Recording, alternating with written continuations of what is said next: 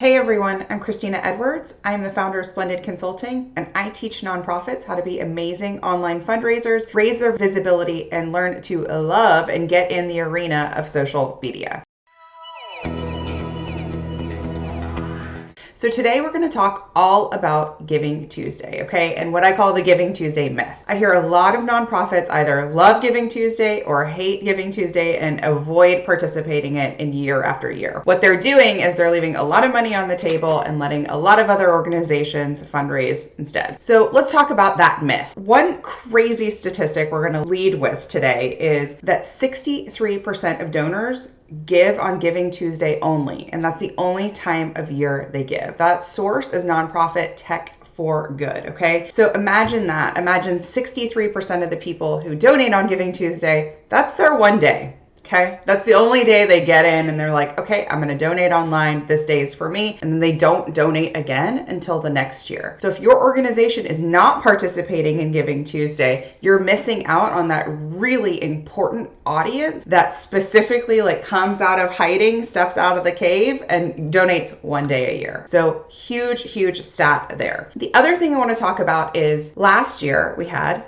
2 Giving Tuesdays. So in response to COVID-19, we had the normal Giving Tuesday that we see right after Thanksgiving every single year after year. But last year they decided to do a Giving Tuesday in the spring. So in 2020, there were 2 Giving Tuesdays. The first one was in May and they called it Giving Tuesday Now. That was really a response to the shutdown and what so many businesses, families, and of course nonprofits were feeling that everybody could use help, everybody could use a boost. So we had 2 Giving Tuesdays. And I think that there is this myth and this mindset that 2 Giving Tuesdays would result in a portion of funds going straight to that first Giving Tuesday in May, and then a portion of the funds going straight to the Giving Tuesday that happened at the end of the year in December. That's not what happens at all. I knew that it wouldn't play out that way. So if you could think of it as, $1 million, we'll keep it a round number, then 500,000 would have gone to the first one and 500,000 would have gone to the second one. No. That is not how we do. That is not how we give online. So instead, let's talk about what did happen. So let's go over some of the juicy numbers. So in Giving Tuesday in 2019, stay with me, 1 Giving Tuesday for the whole year, the total amount given was 1.97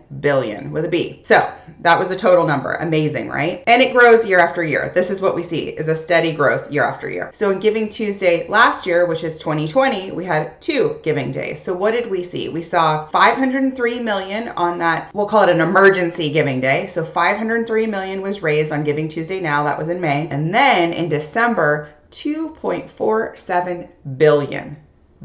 Okay? So I tried to add that all up, but my calculator broke because guess what? Calculators don't typically, standard issue, go up that high. That is the amount of zeros we're dealing with for these fundraisers. So not only did the first Giving Tuesday not poach from the other, we saw a huge increase year over year. So what does that mean? It's a concept I call more is more, okay? So more online fundraisers results in more giving, more total donations online. So if you're offering 1 giving day a year, this is what you'll see. If you offer 2 giving days online each year, this is what you'll see. You'll see an increase, right? It's not that it's parsed out and divided up. One kind of key component here is it can't be vague. So let's imagine that you have multiple giving days throughout the year, throughout your fundraising cycle online. The thing that makes Giving Tuesday work so well is it's very specific. It's in the container of 1 day. People are starting to develop that know, like, trust factor. They also are developing the factor of, I know that this is going to happen each year. And so the audience is gearing up and ready for it. That 63%, they're like, oh, every December, that's me. So you can't be vague, okay, about whatever it is your giving day is about, okay? We want to make it very specific. The other component I want to talk about is whether or not there's going to be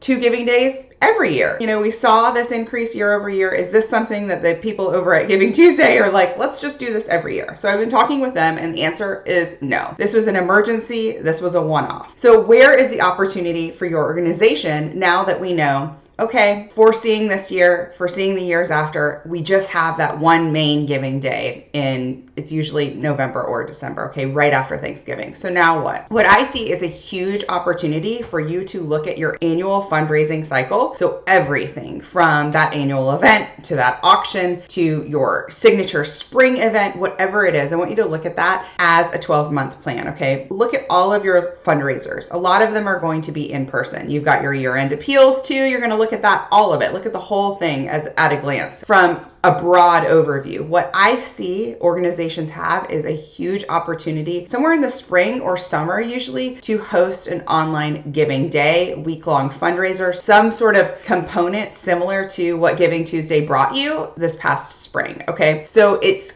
going to fit in if you do a signature spring event, so you wouldn't want to do it then. You'd want to give your audience a little bit of a break, okay? So it might be something that you do in the summer. Now you can do this a couple of different ways. I would keep it in a short container or time period. I would do something that is a one-day fundraiser or a week-long fundraiser. I like those too. That way for you, it's low stress, low planning, and that's the other really great thing about Giving Tuesday is we're not talking about this giant gala. We're not talking about this huge year-end appeals campaign. This is just online. This is just social media. This is very specific. So look at your calendar, plan something for spring or summer. Bonus points if you can tie it to something, a specific program, a specific announcement you're making. Social media, we have holidays throughout the year, National Volunteer Week, those types of holidays. You could tie it to that, okay? Anything that we can create a little bit more of a story around, your audience and your donor base is going to resonate with, okay? So let's talk about one last myth before we wrap up. The last myth I see is,